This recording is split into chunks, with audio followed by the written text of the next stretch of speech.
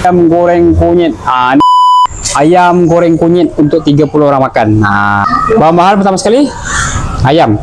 Ayam ni 4 kilo.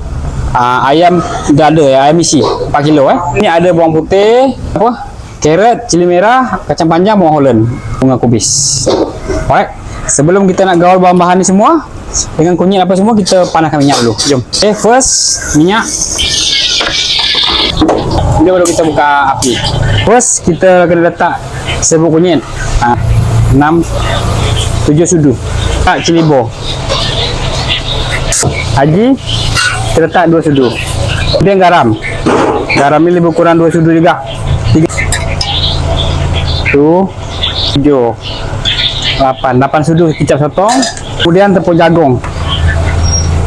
Tepung jagung 5. Tambah bawang putih. Bawang putih kita dah ketuk, masuk api. Kita gaul betul-betul sebati macam bukit. Kita goreng. Okey guys, kita dah perak 5 minit. Sekarang jom menggoreng.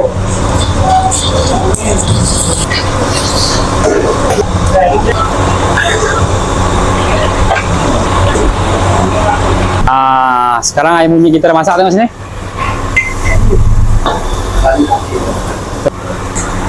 Masuk je dalam semua.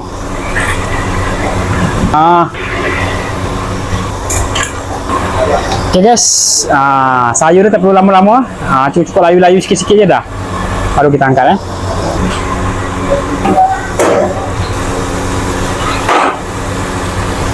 Okay.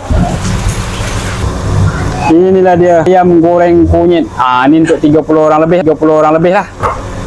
Okay. Bye bye. Assalamualaikum.